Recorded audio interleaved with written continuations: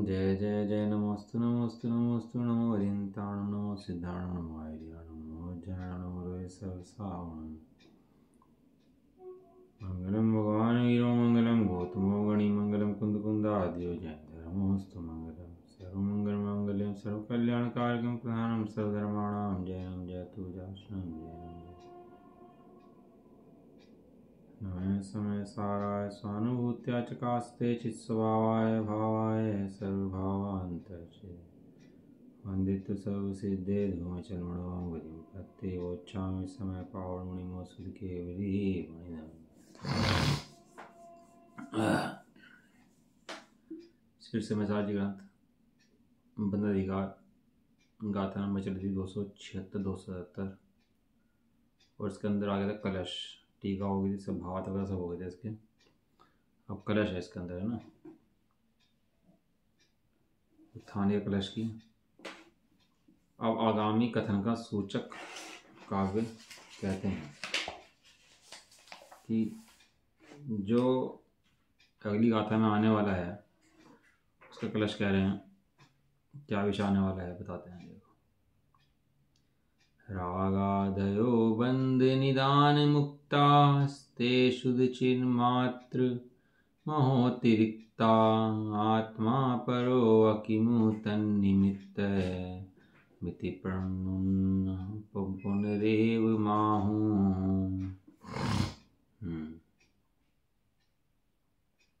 क्या कह रहे हैं देखो,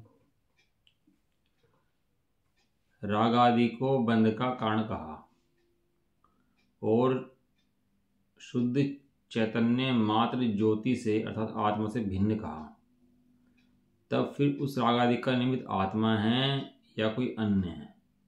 इस प्रकार प्रश्न से प्रेरित होते हुए आचार्य भगवान पुण्य इस प्रकार कहते हैं। प्रश्न क्या उठाया उन्होंने इसके अंदर, अगली गाथा की उत्थानिका है। उत्थानिका के लिए कलश लिख दिया उन्होंने। उत्थानिका में हालांकि एक लाइन की 2 लाइन की उत्थानिका होती है, लेकिन कलश की रचना कर दी उत्थानिका के लिए। क्या लिखा उसके अंदर कि राग आदि बंध के कारण हैं, राग आदि उपकार हैं, और वे जो राग हैं वो आत्मा से भिन्न है। आत्मा के अंदर आगे क्या कि जब शुद्ध आत्मा में जाके बैठ के देखा तो वहाँ तो राग दिखाई देता नहीं है। वहाँ तो क्या है, ज्ञान ही ज्ञान है। तो फिर राग का निमित्त जो है, जो राग आते हैं वो पुद्गल से आते हैं कि जीव से आते हैं, उसका निमित्त कौन है, निमित्त कारण कौन है उसका, ऐसा प्रश्न पूछा। समझ आ गया प्रश्न। तो इस प्रकार जब प्रश्न से प्रेरित आचार्य भगवान कहते हैं, क्या प्रश्न बहुत तरह के आते हैं जीव के मन में। इससे कहा कि शुद्ध चैतन्य मात्र से जो पुद्गल है वो न्यारा है, राग है सो न्यारा है। अब इसे ये तो लगता नहीं है कि मैं अपने आत्मा देख लूँ। दिमाग में प्रश्न क्या पैदा होता है कि राग कौन करता है। अरे भाई कहा ना तू नहीं करता, तो कौन करता है तेरा क्या प्रयोजन है कि नहीं मुझे जानना है। मुझे जाने बिना मेरे समझ में आता नहीं है। इसके ऊपर ब्रांच के 3-4 दोहे हैं, देखो मैं पढ़ रहा हूँ। 3-4 दोहे जो है जो सब सही है, बहुत सुंदर समय लिखे हैं इसके ऊपर। एक मिनट पढ़ता हूँ इसको।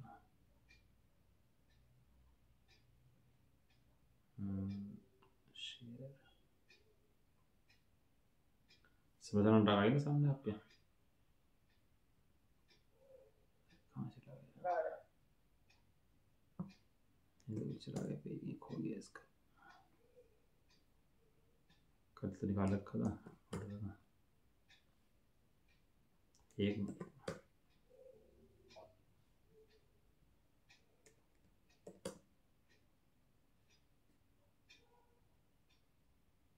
कौन सा बंद्वार,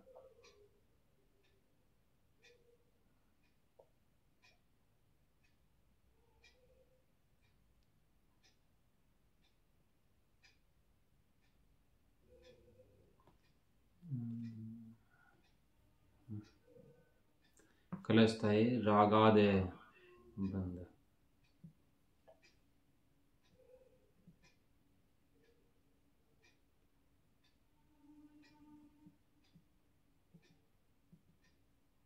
ये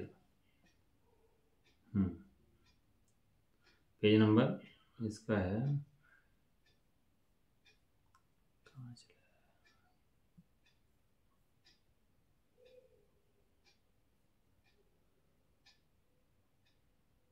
पेज नंबर 194।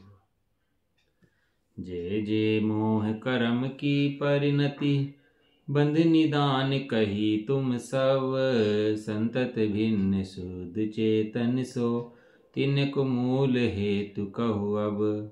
कह यह सहज जीव को कौतुक, कै निमित्त है पुद्गल दव, शिष नवाई शिष्य इम पूछत, कहे सुगुरु उत्तर सुन भव। शिष्य मस्तक नवाकर प्रश्न करता है। उद्दंड तो अजी हाँ तुम भी ऐसा कह रहे, कई पुद्गल के होते होंगे या तुमने भी कह दी खूब है, ले जुबान तलवे से दे मारी, हम नहीं मानते। कैसे पूछा उसने? मस्तक नवाकर विनय पूर्वक और ये इतने इंपॉर्टेंट प्रश्न है, सारा का सारा संसार इसके अंदर बैठा हुआ है। बस जिसे इतनी बात समझ में आ गई तो संसार का भाव हो जाएगा। और जो इसी खेल में लगा रहा, पता नहीं जीव करता है, पता नहीं पुद्गल करता है, दोनों करते हैं, पता नहीं कौन करता है, समझ नहीं आता हमारे। तो कहते हैं, प्रश्न करता है कि हे गुरुजी, आपने मोह कर्म की सब परिणति बंध का कारण कही है, सोवे शुद्ध चैतन्य भावों से सदा निराली ही है, अलग है। जो शुद्ध चैतन्य भाव है और आखिर परिणति है, दोनों एक एक ही अलग अलग हैं कि दोनों न्यारी न्यारी हैं। आप बता के आए रहे हो ये सब बातें। अब कहिए, अब फंस गए आप अब बताइए कि बंध का मुख्य कारण क्या है, आप बताओ तो बंध जीव का स्वाभाविक धर्म है अथवा इसमें पुद्गल द्रव्य का निमित्त है? इस पर श्री गुरु उत्तर देते हैं कि हे भव्य सुनो। ठीक है, देखो तीन चीजें होती हैं, अभी आएगा, चलो बताएंगे। स्फटिक मणि का दृष्टांत आएगा। स्फटिक मणि के अंदर डटक लगाई लाल रंग के नीचे, स्फटिक मणि के अंदर नीचे लाल रंग की डटक लगाई। तीन चीजें हैं, एक तो लाल डटक है, एक स्फटिक मणि के अंदर होने वाला लाल रंग है, और एक स्फटिक मणि की स्वच्छता है। तीनों चीजें अलग अलग हैं कि नहीं है? डटक है सो रंग नहीं है।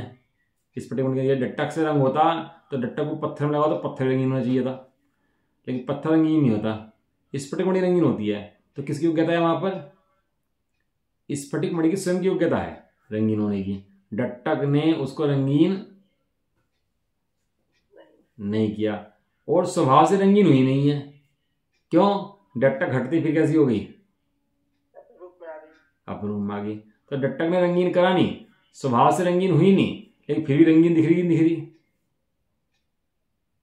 रंगीन दिख रही हो। तो रंगीन कैसे दिखी?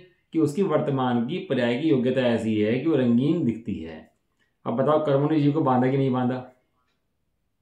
ये प्रश्न उठाया तो स्वामी जी से वर्णी जी ने, हैं कि भाई कर्मों ने जीव को बांधा कि नहीं बांधा? यदि ना बांधा हो तो जीव यही मुक्त है, और अगर स्वभाव से बन जाए तो जीव मुक्त कैसे होता है? ये इसका उत्तर मिल जाए ना, वास्तव में जीव का कल्याण हो जाए।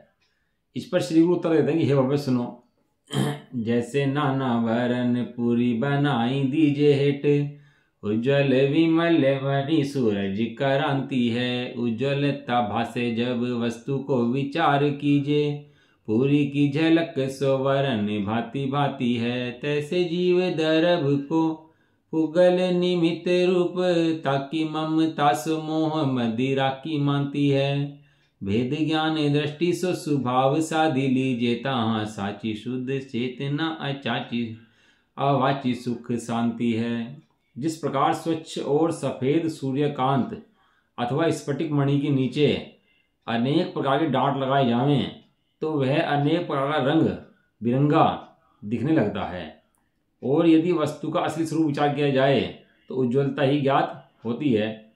उसी प्रकार उदाहरण जो उठाया ना, उसी प्रकार उदाहरण किसी समझाने के लिए होता है, कोई चीज को आसान करने के लिए, इजी करने के लिए। उसी प्रकार जीव द्रव्य में पुद्गल के निमित्त से उसकी ममता के कारण मोह मदिरा की उन्मत्तता होती है, पर भेद विज्ञान द्वारा स्वभाव सोचा जाए तो सत्य और शुद्ध चैतन्य की वचनातीत सुख शांति प्रतीत होती है। एक ज्ञान का लक्षण है स्वप्र प्रकाशक, सुना आपने? स्वप्र प्रकाशक ज्ञान का लक्षण। तो स्वप्र प्रकाशक तो अपना होता होगा, प्रकाशक दूसरे का होता होगा।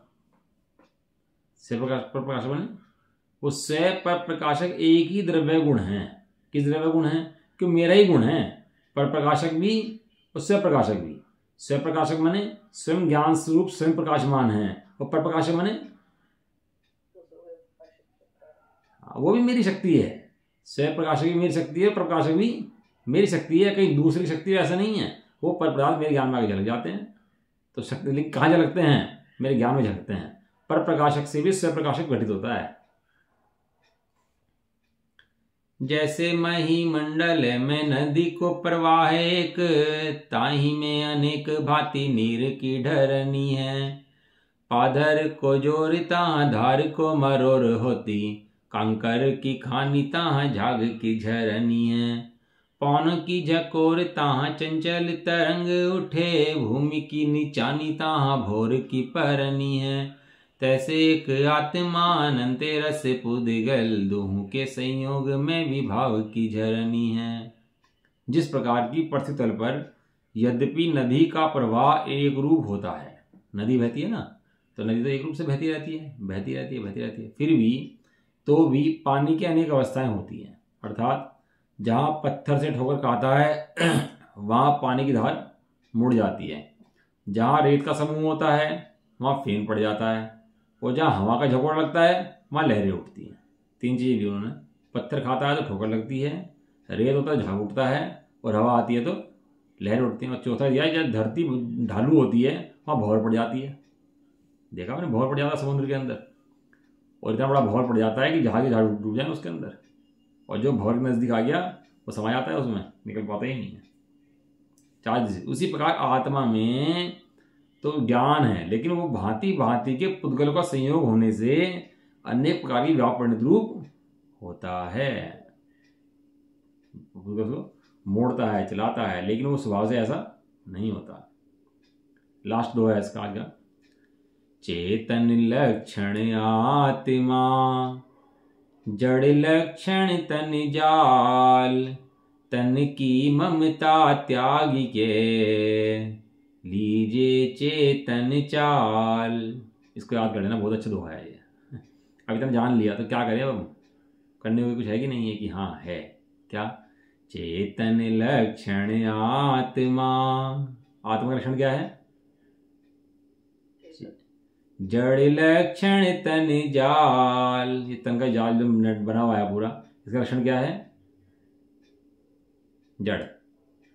अब क्या करना है? तन की ममता त्यागी के, शरीर आदि से मोह छोड़ करके लीजे चेतन चाल, शुद्ध चैतन्य ग्रहण करना ही उचित है। ये बात थी। तो जो प्रश्न उठाया था उसका इसमें जवाब दिया हुआ है, शास्त्र पाया था अपन गाथा नंबर अपनी आ गई 278 279 278 279। उपरोक्त प्रश्न के उत्तर में आचार्य देव कहते हैं। प्रश्न समझ में आ गया नहीं आ गया? क्या प्रश्न था बताओ? प्रश्न क्या उठाया था?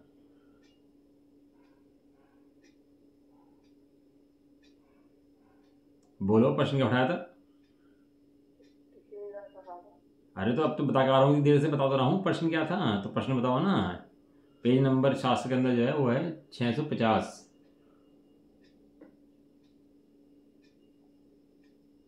प्रश्न क्या था? प्रश्न ये था कि ये जो राग आदि होते हैं ये पुद्गल से होते हैं कि जीव से होते हैं? ये बताओ। तुम कह रहे राग होते ही नहीं है, कि राग तो होते हैं, तो होते किससे हैं उसकी बात बता रहे हैं। देखो, जय फली मणि शुद्धुण स्वयं परिणम दिराग मादीहिम, रंग जदि अन्नेहिम दुसोरत्तादीहिम दव्येहिम, एवं नाणी शुद्धुण स्वयं परिणम दिराग मादीहिम, राई जदि अन्नेहिम दुसोरागादीहिम दोसेहिम। जो फटिक मणि है शुद्ध आप न रक्त रूप जु परिणमे, पर अन्य रक्त पदार्थ से रक्तादि रूप जु परिणमे, त्यों ज्ञानी भी हैं शुद्ध आप न राग रूप जु परिणमे, पर अन्य जो रागादि दूषण उनसे वो रागी बने। उदाहरण लिया पहली गाथा में, और दूसरी गाथा में सिद्धांत दिया उन्होंने। वही स्फटिक मणि का उदाहरण है जो पढ़ के आ रहे हैं। स्फटिक मणि, स्फटिक मणि से इजी समझ में आ जाता है। दर्पण के अंदर सब समझ आ जाता है। दर्पण के अंदर आग लग रही है, झलक रही है आग, तो दर्पण आग रूप हुआ कि नहीं हुआ? दर्पण में आग दिख रही थी, दिख रही थी, दिख तो रही थी, लेकिन दर्पण आग रूप नहीं हुआ। ऐसे कहते हैं गाथार्थ, जैसे स्फटिक मणि शुद्ध होने से रागादिक रूप से, ललाई आदि रूप से स्वयं अपने आप परिणमता नहीं है। बिना लटक के स्फटिक मणि लाल हुई नहीं है, और स्वभाव से स्फटिक मणि लाल हुई नहीं है, परंतु अन्य रक्तादि द्रव्यों से, लाल आदि रंगों से, रक्तादि माने लाल आदि रंगों से वह रक्त रातों आदि किया जाता है, लाल किया जाता है। इसी प्रकार ज्ञानी अर्थात आत्मा शुद्ध होने से रागादिक रूप अपने आप परिणमता नहीं है, परंतु अन्य रागादिक दोषों से वह रागी आदि किया जाता है। वहां निमित्त रूप कथन है क्या कि जब उसको लाल होना होता है ना, तो वो निमित्त बनता है बाहर में टट्टक आदि, लेकिन लाल होने की स्वयं की योग्यता ना हो तो भी लाल नहीं हो सकता। द्रव्य के अंदर शक्ति होती है, वैभाविक शक्ति। कौन शक्ति होती है? कहाँ आज कौन शक्ति होती है? वैभाविक शक्ति। वैभाविक शक्ति का काम क्या होता है? ये 6 द्रव्य में कितने द्रव्य में पाई जाती है? ये 6 द्रव्य में से कितने द्रव्य में पाई जाती है? 2 द्रव्य, जीव व पुद्गल में। जो 2 द्रव्य में पाई जाती है, जीव पुद्गल में वैभाविक शक्ति होती है। उस वैभाविक शक्ति के कारण से वो जीव विभारूपण कर जाता है। यदि वैभाविक शक्ति ना हो तो उसका विपरीत परिणाम होना संभव नहीं है। स्फटिक मणि लाल होगी, पत्थर लाल नहीं होगा, क्योंकि पत्थर के अंदर लाल रूप होने की शक्ति नहीं है। आग लगाओगे तो कागज जलेगा, आकाश के प्रदेश नहीं जलते। क्यों? आकाश के प्रदेशों में जलने की योग्यता नहीं है। ऐसे जीव और पुद्गल एक दूसरे के संपर्क में आकर विभारूप परिणमन कर जाते हैं, लेकिन परिणमन करते हैं, स्वभाव से विभारूप नहीं होते। वो परिणमन में तो विभाव है, परिणमन में विकार है, लेकिन स्वभाव में विकार नहीं है। और परिणमन में भी उस तत्समय की योग्यता में एक समय का विकार है। क्या कहा? परिणमन में भी तत्समय की योग्यता में एक समय का विकार है। एक समय बाद विकार नष्ट हो जाता है, फिर नया पैदा होता है, फिर नष्ट हो जाता है, फिर पैदा होता है, फिर नष्ट हो जाता है, फिर पैदा हो जाता है। और स्वभाव त्रिकाल न नष्ट होता न बनता। स्वभाव तो वही का वही चलता रहता है, वही का वही चलता रहता है। अभी बताओ, सिद्ध भगवान के अंदर वैभाविक शक्ति है कि नहीं है? शक्ति उसे कहते हैं जो त्रिकाल होती है। यदि नष्ट हो जाए तो शक्ति नहीं कहते। शक्ति माने स्वभाव, शक्ति माने स्वभाव। वैभाविक नहीं है ना, स्वाभाविक है। हाँ, उनका विभाविक शक्ति का स्वभाव परिणमन है। यहाँ विभाविक शक्ति भाव परिणमन करती है, लेकिन वहां शक्ति तो है, जो क्रियावती शक्ति है। क्रियावती शक्ति का जीव का काम क्या है? क्रियावती शक्ति का जीव पुद्गल चलते हैं, हिलते हैं, डलते हैं। असली भगवान के अंदर क्रियावती शक्ति है कि नहीं है? कि शक्ति तो है, शक्ति तो जान सकती, तो परिणमन नहीं करती, क्यों? बैठी हुई है, परिणमन नहीं करती। शक्ति उसे कहते हैं जिसकी जो परिणमन करे भी ना, जो परिणमन ना करे, शक्ति तो वो है। ये शक्ति है, वैभाविक शक्ति है, जीव पुद्गल के अंदर है। यदि शक्ति ना हो तो परिणमन होना असंभव है। जीव को विकार रूप परिणमन नहीं हो सकता वैभाविक शक्ति के बिना। अब ये बताओ, वैभाविक शक्ति जो है अनुजीवी गुण है कि प्रतिजीवी गुण है? वैभाविक शक्ति तो प्रतिजीवी गुण हुआ ना। अनुजीवी गुण बन लिया उसको, वैभाविक शक्ति को। वैभाविक शक्ति अनुजीवी गुण है, जिससे जीता है। अब सुख दुख हुआ, किसी को कषाय हुई, दुख हुआ, तो दुख गुण किसकी पर्याय है? ये कौन से गुण की पर्याय है? दुख गुण, दुख जो उत्पन्न हुआ। ये जीव के अंदर दुख गुण का कोई गुण है? दुख का नाम का दुख नाम का गुण जीव के अंदर है क्या? तो दुख कहां से आया? दुख कहां से आया? दुख है कि नहीं है? कि हाँ है। और दुख नाम गुण है कि नहीं है? तो दुख कहां से आया? कि सुख गुण का विपरीत परिणमन, उसका नाम दुख है। वो सुख का ही परिणमन है, लेकिन सुख का वैभाविक शक्ति से विपरीत परिणमन है। और वो होता क्या है कि कोई सुख प्रकट होना, वो सुख गुण का परिणमन जो है वो विपरीत, वो मिट जाता है और वो जीव सुखी दिखने लगता है। लेकिन वास्तव में वो गुण कौन सा है? वो दुख गुण भी बताता है कि यहाँ पर सुख गुण बैठा हुआ है। दुख खाली दुख की प्रसिद्धि नहीं करता, दुख सुख की प्रसिद्धि करता है। क्लियर? समझ आ गया?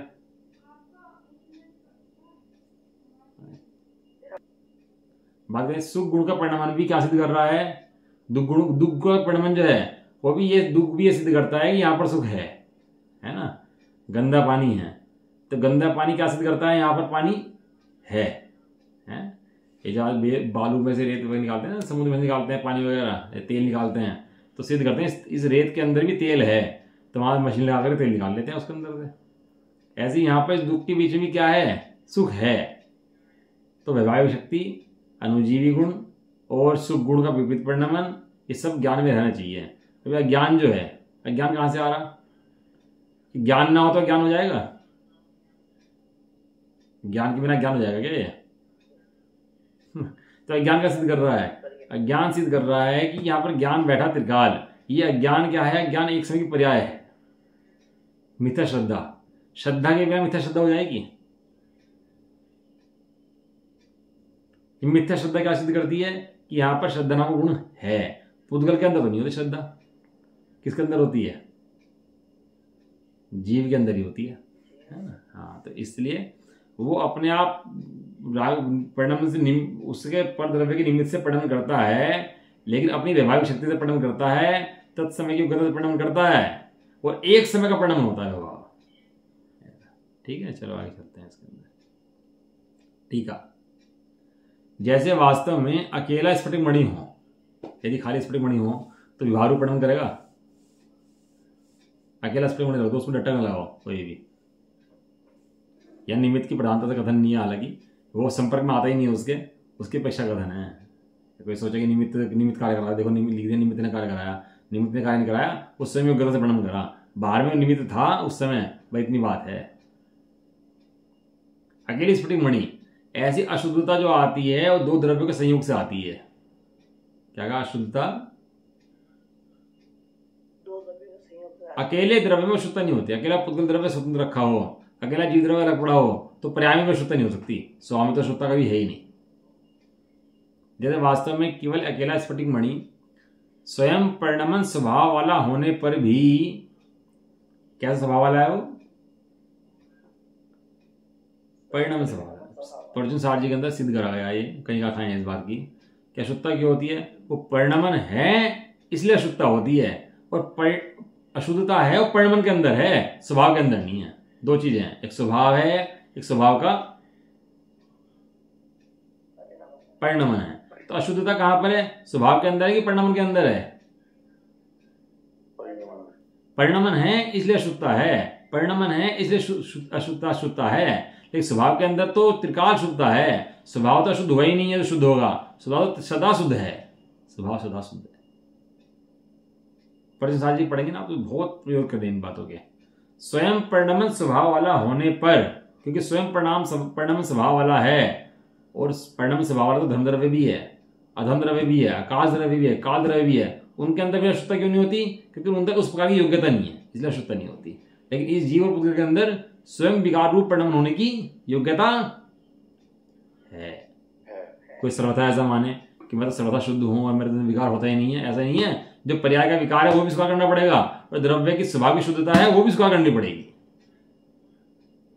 कपड़े में मैल लग गया काला, मैल कपड़े पे ही लगा है, ये बात भी स्वीकार करनी पड़ेगी। लेकिन कपड़े के स्वभाव से सफेद है, कपड़े के स्वभाव के अंदर कालापन नहीं है, ये बात भी स्वीकार करनी पड़ेगी, तब जाकर कपड़े का मैल साफ कर पाएगा। यदि कपड़े के स्वभाव को ही मैला मान ले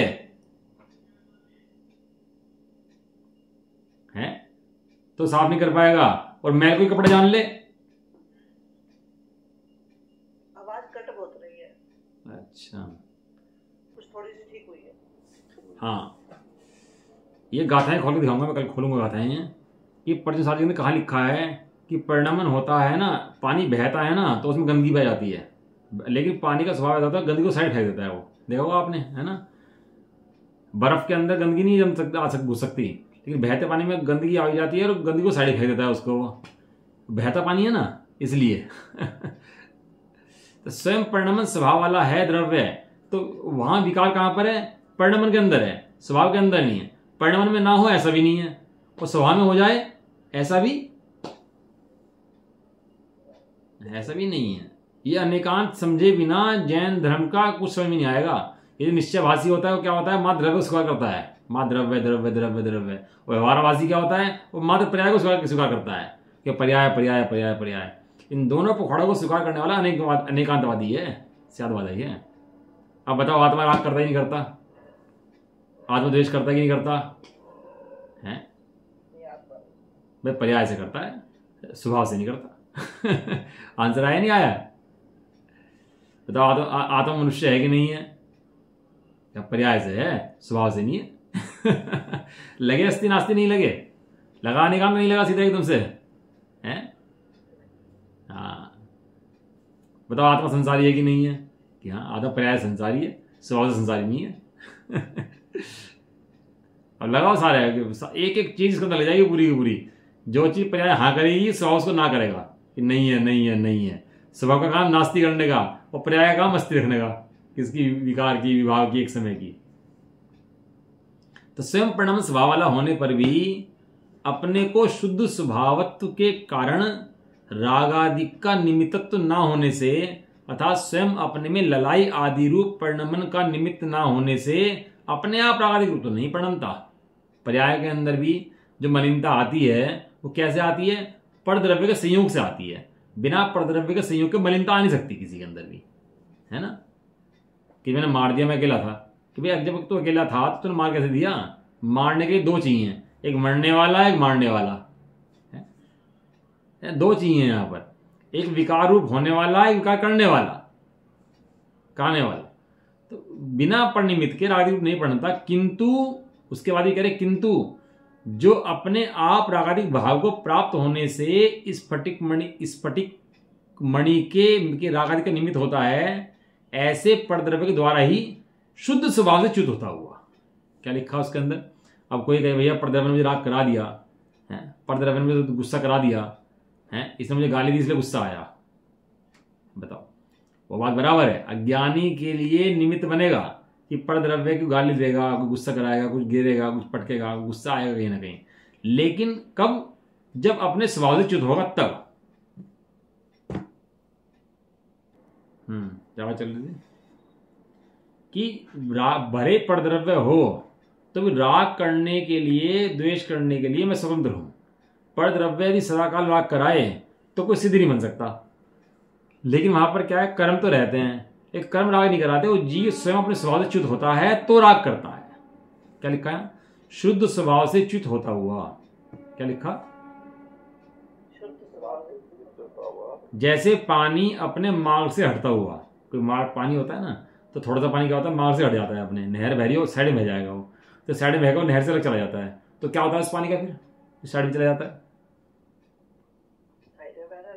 वो सड़ता है वहां पड़ा पड़ा।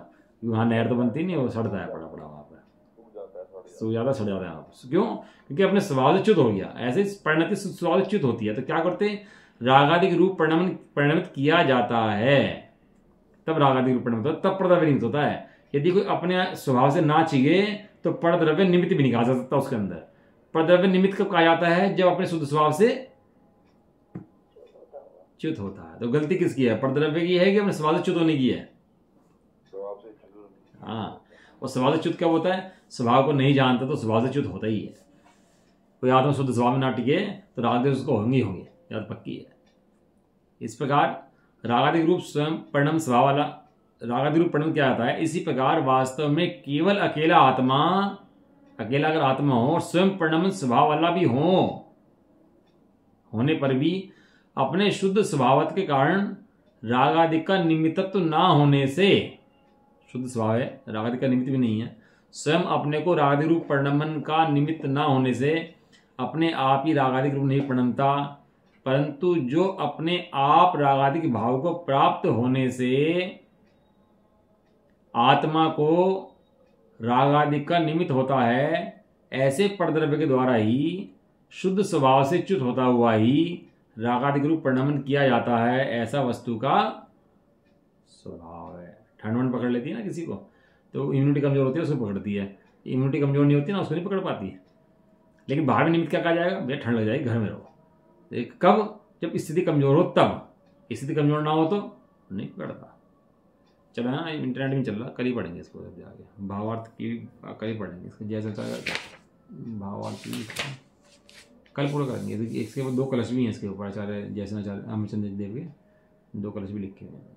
ये स्वभाव सिद्ध कर रहे हैं, वस्तु का स्वभाव है, वस्तु का स्वभाव सिद्ध कर रहे हैं कि राग तो है, राग नहीं है तो संसार किस बात का हो, समझाए क्यों और समझे क्यों, इतनी व्यवस्था किस लिए हो, ये बात तो नहीं है कि राग नहीं है। लेकिन ज्ञानी किसे कहते हैं, जो स्वभाव को भी स्वीकार करता है और जो परिणति में राग है उसको भी स्वीकार करता है, दोनों को बराबर स्वीकार करता है। हाँ, ये रोग है शरीर के अंदर, बुखार हो गया, बुखार कहाँ पर हुआ, कि खंबे को बुखार हुआ क्या, बुखार कैसे हुआ, शरीर में बुखार हुआ, शरीर में। अब रोग को रोग जानता है, लेकिन रोग को रोग जब जानता है, जब स्वस्थ अवस्था को जानता है कि स्वस्थ दशा कैसी होती है, या 102-103 बुखार है, लेकिन सही कौन सा होता है, 98 वाला सही होता है, तो दवाई करता है, आराम करता है, जो भी करता है उसके सबके लिए। लेकिन क्या जानता है, कब करता है, जानता है नॉर्मल कंडीशन 98 की है। ऐसे राग आदि आत्मा के अंदर हैं, लेकिन वो खाली राग को ही, उसको ही आत्मा स्वभाव जान ले कि भाई यही आत्मा है, इतना ही आत्मा है। कब उसको दूर करने का प्रयास करेगा, जब जानेगा शुद्ध स्वभाव कैसा है। मंदिर किस लिए आते हैं, इधर डेली मंदिर जाते हैं, करने क्या जाते हैं मंदिर, वो स्वस्थ जो व्यक्ति है, जिसका 98 है, जो बुखार नहीं है, वो तो देखने जाते हैं कि भैया स्वस्थ तो ये है अपन तो रोगी हैं, लेकिन मैं स्वस्थ हो सकता हूं, इस दृष्टि से देखने जाते हैं। यदि खाली उसको देख देख कर बस सोचता रहे स्वस्थ है और अपने को इलाज ना करे तो भी सही नहीं हो सकता, तो भी खाली देख कर आ जाता है। उनको स्वस्थ देखे और अपने स्वस्थ होने का उपाय करे, ये दर्शन है वास्तव में भगवान का। मतलब कोई बीमार होगा तो स्वस्थ को देखकर वो सोचेगा कि मैं भी ऐसे स्वस्थ होता हूं। हाँ, अभी क्या है ना, बारिश का मौसम हो रहा हो और घटा छा रही हो, और अपन मौसम में जाए, बारिश तो हो नहीं रही थी, बारिश घटा छा रही थी, अपन लोगों ने क्या करा, छतरी लेनी भूल गया हाथ से, और घटा छा रही बढ़िया, ये नहीं याद रही, मंदिर जा रहे थे और रास्ते में देखा दूसरे के हाथ में छतरी, कहला ये छतरी लेके जा रहा था, उसकी छतरी देख के क्या याद आ गया अपनी छतरी घर रह गई यार, ये गलती हो गई है, दूसरी छतरी देखते याद आ गई अपनी छतरी। ऐसे भगवान का सुख देखते अपना सुख याद आ गया कि देखो भगवान तो आनंद कर रहे हैं भैया, सुख में मजे कर रहे हैं, और उनका सुख देखते ही अपने को एकदम आनंद है भैया, अपना आनंद कैसा होता है। भगवान के दर्शन करना मतलब फूल मस्ती, भगवान के दर्शन करना होता है पूर्ण आनंद। दर्पण देखते हैं अपन लोग, तो दर्पण देखते हैं कि अपने को देखते हैं, अपने अपने विकार को दूर करते हैं कि अपने को देखते हैं, अपने विकार दूर करते हैं। बाल भालेंगे, निशान कोई गंदगी होगी वो हटा लेंगे, कपड़े से कर लेंगे, तो क्या है कि तो सही मतलब फिट हो जाएंगे दर्पण को देख करके, ये कोई दिक्कत है परेशानी तो सब दूर हो जाएगी। तो मंदिरों में भी ये काम होता है मंदिरों को जो नहीं रखा, वहां जाए, अपने को देखा भैया कि गंदगी क्या है, तो देखा आत्मा में मैं अपने को ज्ञान स्वरूप देखा, वहां देखा राग आदि की मलिनता है और भगवान राग आदि के भाव स्वरूप बैठे हैं, तो देखा गलती की दिक्कत कहाँ आ रही है, तो दिक्कत को दूर कर लिया और स्वभाव प्रकट हो गया। भाई इतने का नाम धर्म है, आनंद प्रकट हो जाए सही में। ये कोई दुखी होने का धर्म नहीं है, तो ये तो बहुत मस्ती, बहुत आनंद का धर्म है, बहुत सहजता का धर्म है। कोई सोचे कहने लगा भैया ये तो शास्त्र पढ़ता रहा हूँ और बस ऐसे जीवन चलता रहे, बीमारी आदि भी हो, नरक आदि भी हो, दुख भी हो, तो भी समय दृष्टि आनंद में रहता है। आप सोचो कि उपसर्ग आदि हो तो उस समय दृष्टि उस आनंद में कैसे रहता होगा। जितने भागी दृष्टि वाले हैं ना, वे सब दीनहीन से हो जाएंगे, हैं समाधि काल के टाइम पे दुखी से हो जाएंगे, मरने का काल आ गया तो बीमारी का वो बहुत पागलपन से छा जाएगा। लेकिन ज्ञानी होता है सो अंतरंग में मजबूत हो जाता है, इसका नाम समाधि है। ज्ञानी की जैसे जैसे उम्र बढ़ती है, समाधि आती है, वैसे वैसे उसका आनंद बढ़ता चला जाता है। ज्ञानी मरता नहीं है, ज्ञान आनंद पूर्वक ट्रांसफर होता है। क्या कहा, आनंद पूर्वक ट्रांसफर होता है। बनारस राज थे ना, उनसे कह दिया, कहने लगा ये तो बेहोश से हो गया भाई, तो मैं कह रखा था मुझे लास्ट में एक दिखा देना, बस इतना काफी है, जब मैं मरूं बेहोश हूं गाफिल हूं, बस एक उंगली दिखा देना मेरे को इतना काफी है। कहने लगा तो बेहोश हो गया, तो हैं क्या दिखा देना, एक दिखा देना, एक ही दिखा देना, एक हो, शुद्ध हो, मैं एक हूँ लिख दिया मैंने आखिर में। कहने लगे तो बेहोश हो गया, कहने कॉपी पेन लेगा, बोल तो सकते नहीं थे, बोलना चलना बंद हो गया, तो कोई पेन मंगाया, लिखता ज्ञान को तक्का हाथ ले मोहवरी मारना, मैंने ज्ञान को हाथ में पकड़ लिया है, अब मोह को मार दिया है, चले बनारसी दास फिर नहीं आवना। अभी संसार के अंदर बनारसी दास दोबारा आने वाले नहीं है। इतना बल उसके ज्ञानी के अंदर में मरते समय भी होता है, समाधि के समय भी होता है, इतना बल। वो किसका बल है? वो आराधना का, ज्ञान का समझने का बल है। उसे पता है ये विभाग विकार पर्यायों का है, स्वभाव के अंदर नहीं है, और मैं स्वभाव की पर्याय हूं। जानता मैं स्वभाव हूं, मैं शुद्ध हूं, मैं एक हूं। पर्याय अनेक हैं, अशुद्ध हैं, खंड खंड है, जो सुख पर्याय के अंदर है, मेरे अंदर नहीं। घर के बाहर आग लग रही हो, बोले चल रही हो, अपन घर के अंदर बैठे हो तो अपन क्या दिक्कत है? चले जाए बाहर में, खिड़की में झाँकते थे पहले को, जब हैं ज्ञान, वो बनारसी दास का लिखा है ना लास्ट का दोहा, ज्ञान को तक का हाथ ले मोहरी मारना, प्रगटो रूप स्वरूप। वो दोहा है, बहुत अच्छा दोहा है। मतलब क्या है इसका?